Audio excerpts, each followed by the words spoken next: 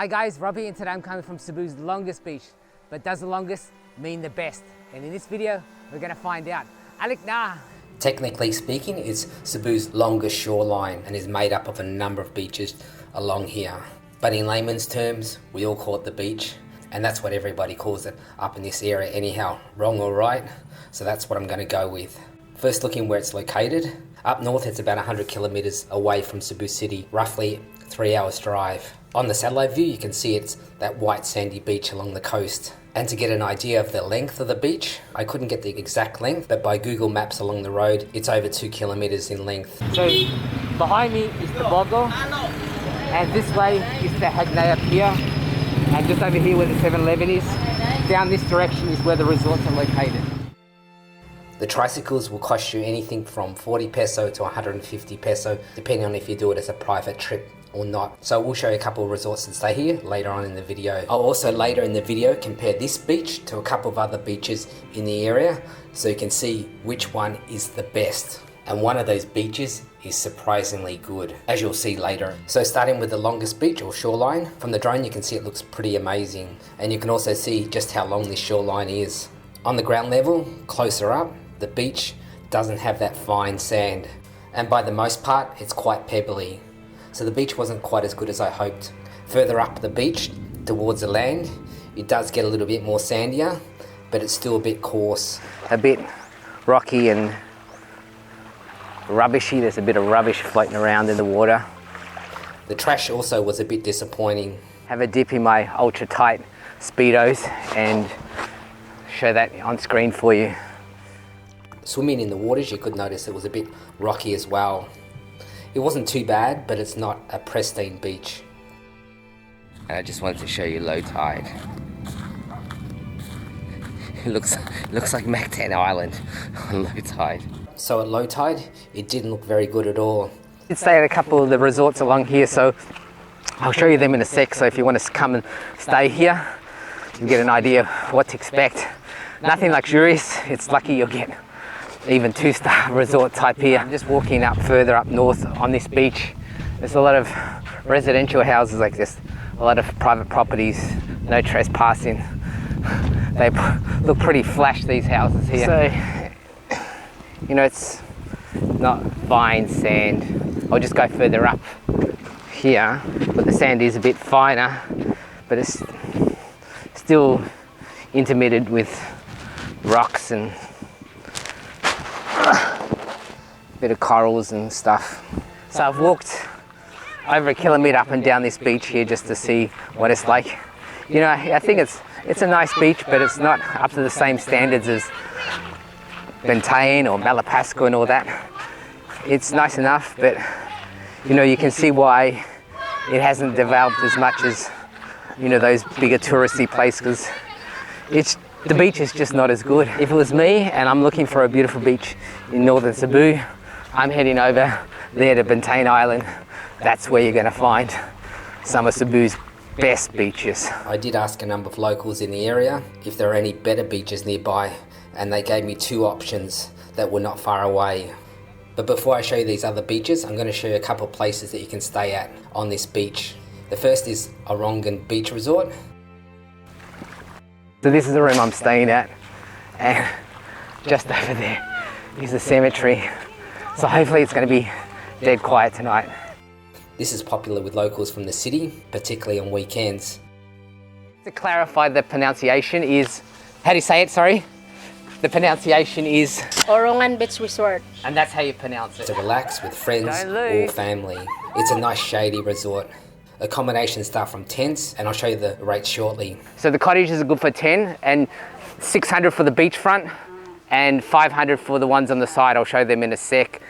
And then if you want to stay overnight, it's 150 or 75 peso if you do day use. So these cottages here go for 600. And the ones on the side over there are the 500. It's a pretty simple laid back resort right on the beach. Keep in mind there's no restaurant here, just a little sari store. So I stayed in their beachfront room. It had aircon and 2 beds. Very simple room and a bit rough on the edges too. But it did have a fantastic view of the beach particularly from the balcony. I'm just on the balcony of my room. So this room for 2 people is $2,500, and then if you got more people you pay the extra amount. Look at the views I got. The bathroom again was very rustic and there was no hot water. If you look at the resort's Facebook page, you can get prices on various rooms and prices of the tents, and you can also message them directly for bookings. One thing to keep in mind is there's a lot of stray dogs that walk on the beach here. They just walk into the resort, so keep that in mind. Especially if you've got some food, they'll hang around. So I woke up this morning with all these coconut husks all along the beach here, and if you can see them in the background, the brown things, and even you can see how coconuts spread to different islands. So what some people were doing were collecting the coconuts, and it's the insides that they wanted. So to sum up, what they're doing is they're getting the coconut from inside, collecting it all, and then they take it to some business who makes it into coconut oil, and they get 400 or 500 peso per kilo for this. The second resort I stayed at was the Elegant Beach Resort. This one has 2 swimming pools. So last time I came here, they only had a swimming pool at the front of the resort. This is a newer one. Like I came here like 10 or 15 years ago, so it's been a while. But anyway, this is Infinity Swimming Pool, which overlooks the ocean, and that's where the sun sets as well. So you're gonna get some beautiful sunsets if the weather is good. So it's a welcome addition to this resort. And yes, you can get some fantastic sunset colors. The second pool isn't quite as spectacular. It has some lounge chairs dotted around, and there's some play equipment. At the back of the resort is the beach, which they have some cottages set up. I've shown the beach already. They have a restaurant on site. Service was a bit slow though. The food was okay. Here's the menu for your reference. There's also Wi-Fi available here, unlike with the other resort. Here's the room prices. They're building some new rooms here, 30 extra rooms here, so that should be open in the next 3 or 4 months, they said. This is the room I had, the cottage house. It had a veranda overlooking the pool. The room was tiny. I felt like I was in Hong Kong. It did have aircon, but just a basic room really. The bathroom again was tiny. So with lots of rain being around this area, I'm closing this because there's no wire mesh to keep out mosquitoes in the bathroom here. Again, this is a simple resort, but a bit better than the first one I showed you.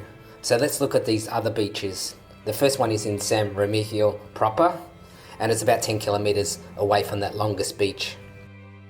So this is the second beach or shoreline, because this is also made up of a number of beaches along the coast here, which they told me was better than the longest shoreline. So I'm going to see if that's true. Now I started on the southern part of the beach and walked my way up north. There was a fair few people around. As you can see from the drone, it does look nice. But is it a better beach? Let's see. So I did check out the whole shoreline so I could get a better overview of the place. And I stayed here actually for a few nights. On the ground level, the beach was a bit mixed. Some parts were quite pebbly and other parts were actually sandy. So it was definitely not the perfect beach, and I can't say I was blown away by it.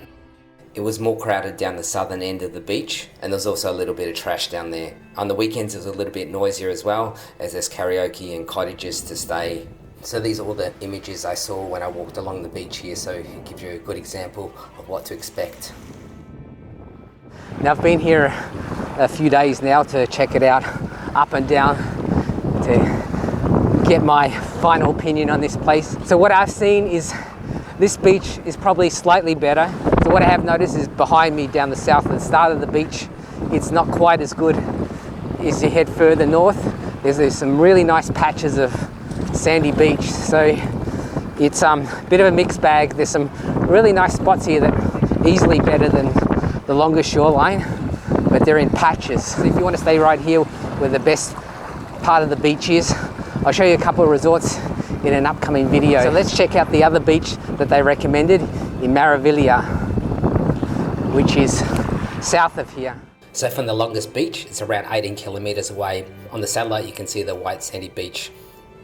Flying the drone, you can already see the difference in the colors in the waters, and you're in for something special. As soon as you hit the beach, if the weather is permitting, this is what you get to see.